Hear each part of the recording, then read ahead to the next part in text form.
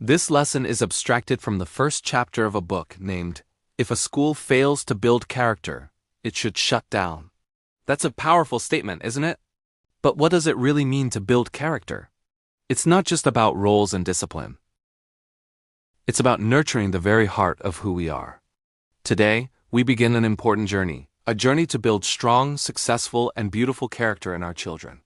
On this journey, we will explore this book chapter by chapter, nurturing our children, empowering parents, teachers, schools, and communities to transform society into one that is successful, respectful, and responsible. The very first character of this book is character A for appreciation, the most transformative character trait of all. Let me tell you a story about a boy named Kami. Kami had everything a kid could want, toys piled high in his room, but he was not happy at all. He always seemed to want more.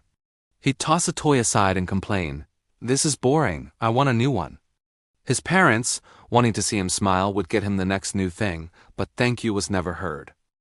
One sunny afternoon, Kami's family took a trip to a small, quiet village. There he saw something that puzzled him. Children were playing with nothing more than sticks and old, worn-out tires. They didn't have any of the fancy toys he had, but their faces were lit up with pure joy. Children were laughing, chasing each other, and their smiles were absolutely contagious. Kami, full of curiosity, walked up to one of the boys. "Why are you so happy?" he asked. "You don't have any real toys." The boy stopped, looked at Kami with a warm smile, and replied, "We're happy because we have each other. We are thankful for what we do have, and we make sure to take care of it." That simple answer hit Kami like a lightning bolt. That night he couldn't sleep. He sat by his window, thinking about the laughing children in the village, and then about his own room, overflowing with things he never truly valued. For the first time, he realized he had so much but had never once stopped to appreciate it. The very next morning, something inside Kami had changed. He ran to his parents, wrapped his arms around them in a big hug, and said, "Thank you for everything." He then went to his room, but instead of complaining, he started cleaning. He carefully fixed his broken toys and even packed a box of his favorites to give to the children in the village. He became the boy who discovered that true happiness doesn't come from getting more, but from appreciating what you already have. Kami's story shows us the power of character, specifically, character A, appreciation. It's about understanding that appreciation creates happiness. It strengthens our relationships, and it helps us become more responsible. So what exactly is appreciation? Simply put, it means recognizing the good in people, things, and experiences, and expressing gratitude for them. It's about saying thank you and truly, deeply meaning it. It is about noticing the little things and the big things that people do for you and letting them know they matter. When you appreciate what you have, you don't just make others feel good. You feel happier yourself. Let's think of some simple ways kids can show appreciation. It can be as easy as saying thank you to your parents when they cook a meal for you, or helping your teacher tidy up the classroom to show you care about the space you share. How about turning to a friend who helped you and saying, "I'm so glad you're my friend"? Appreciation is one of the most powerful habits anyone can build. Think about it. When we take the time to appreciate the people and things around us, our simple words of gratitude can completely turn someone's day around. For example, when you genuinely thank your teacher for a great lesson, they feel seen and motivated to do even better. When you thank your parents for their hard work and love, they feel cherished and happy. Even a small thank you to the person holding the door for you, a warm smile to a stranger, can spread a ripple of positivity. People who practice appreciation tend to be more successful in life. Why? Because they're kinder, more aware, and more willing to help others.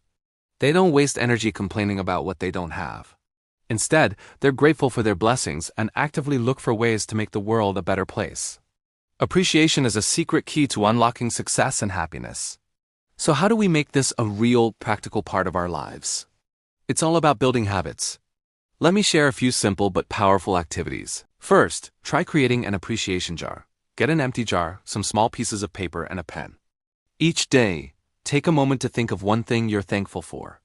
It could be a sunny day, a delicious lunch, or a fun conversation with a friend. Write it down, fold it up, and pop it in the jar. At the end of the week or month, sit down and read all the notes. You'll be amazed at how much good there is in your life. Another wonderful habit is writing thank you notes. These don't have to be long, formal letters. Leave it on their pillow, A thank you note to teachers or friends can mean the world. It's a tangible piece of your gratitude that they can keep. These simple habits train our brains to look for the good in every single day and help us develop a truly grateful heart.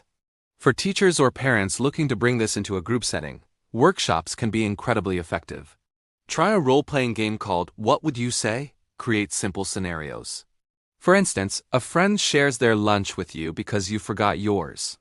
Your teacher stays after class to help you with a tough subject. Your mom tucks you in with an extra blanket when you're cold. After each scenario, ask the group, what would you say or do to show your appreciation? This helps everyone practice their gratitude skills in a fun, interactive way. Another great activity is creating a gratitude tree. Draw a large bare tree on a poster board. Then, give everyone a paper leaf. On their leaf, they write down something they're thankful for. It could be family, their pet, their favorite book, teacher, or their friends. One by one, they come up and add their leaf to the tree. As the tree fills up with leaves, it becomes a beautiful visual representation of all the things you have to be grateful for as a community. And finally, there's the gratitude circle. This one is simple but so powerful. Everyone stands in a circle. Each kid takes a turn saying one thing they appreciate about the kid standing to their right. It fosters kindness, builds self-esteem, and strengthens the bonds within the group. To really make this stick, let's talk about some take-home tasks. First, write a letter of appreciation. Think of one person in your life who has made a difference: a teacher, a parent, a friend, a coach. Write them a heartfelt letter explaining why you're grateful for them. Second, keep an appreciation diary. For the next 5 days before you go to bed, write down 3 specific things you were thankful for that day. This trains your mind to scan for positivity. And third, perform appreciation acts. For 1 week, do one kind thing each day specifically to show someone you care. It could be helping a sibling with their chores, thanking the bus driver, giving a genuine compliment to a classmate. For all the educators and parents listening, remember that you are the primary role model. Model appreciation yourself. Say thank you often and sincerely. When you see a child showing gratitude, praise them for it. Make it a routine to share what you're thankful for, maybe during circle time or at the dinner table. Use stories and discussions to keep the concept of gratitude alive and well.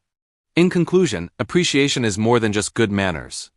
It's a foundational character trait that helps children, and all of us, become positive, respectful, and responsible individuals. It teaches us to value people, our experiences, and life itself. With consistent practice, appreciation becomes a powerful part of who we are, bringing more joy, more success, and more meaningful relationships into our lives. Thank you so much for joining me today to explore the power of Character A. If this resonated with you, please like, share, and subscribe to our channel for step-by-step guidance on building character in our children. See you in the next character.